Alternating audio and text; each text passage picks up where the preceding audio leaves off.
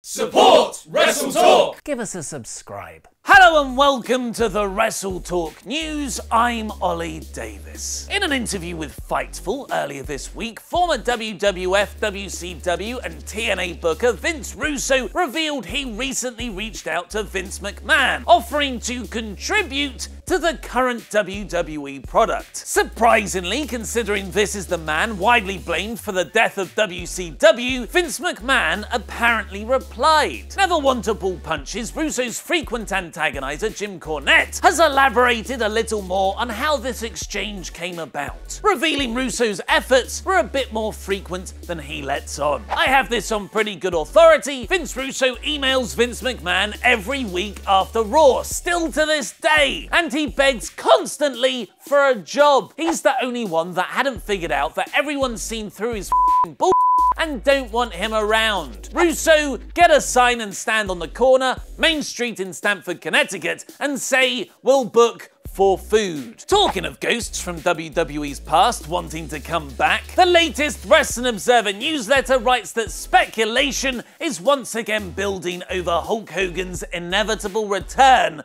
to the company. WWE terminated Hogan's contract in 2015 after racist comments made by the Hulkster were leaked as part of his sex tape trial against Gorka. He seemed very close to returning for this year's WrestleMania, with his daughter Brooke revealing WWE had contacted him about appearing on their biggest show of the year, but those plans were obviously dropped. The latest surge in return speculation comes because the most recent WWE Kids magazine, which is available in the UK, Spain and the Middle East, not the US, contained a Hulk Hogan poster, and that Hogan has said that he and Vince are talking. Dave Meltzer maintains that Hogan's WWE return isn't a matter of if, it's a matter of when, but that will be determined by when the company is reasonably sure that bringing him back won't cause a backlash, noting that if the Hulkster is brought back as an ambassador, they want media questions to be about WWE, not his leaked racist comments. Despite Raw getting its second lowest rating of all time this week, Smackdown managed to increase its average viewership ever so slightly to 2.35 million. You all agreed that it was a mighty fine show, with 71% rating the episode as smacktastic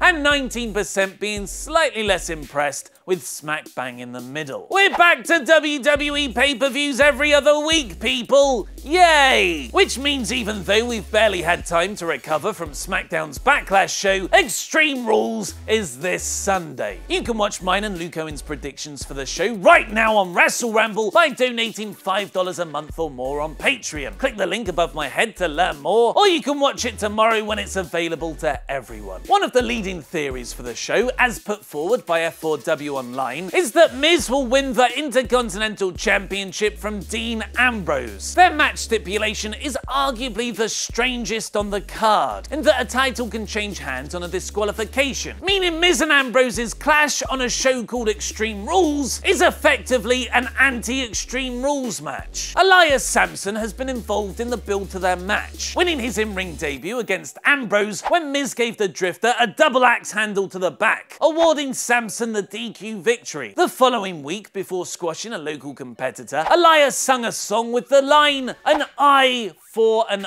eye," possibly alluding to him giving The Miz a DQ victory and thus 7th Intercontinental title reign in return. What are your predictions for this Sunday's show? Tell me Roman Reigns is winning everything in the comments below. What is Kurt Angle hiding? Find out mine and Luke's theories in the brand new Wrestle Ramble, and a top ROH star might be on his way to WWE. Find out who by clicking the videos to the left, press subscribe and support WrestleTalk on Patreon. I've been Ollie Davis, and that was wrestling.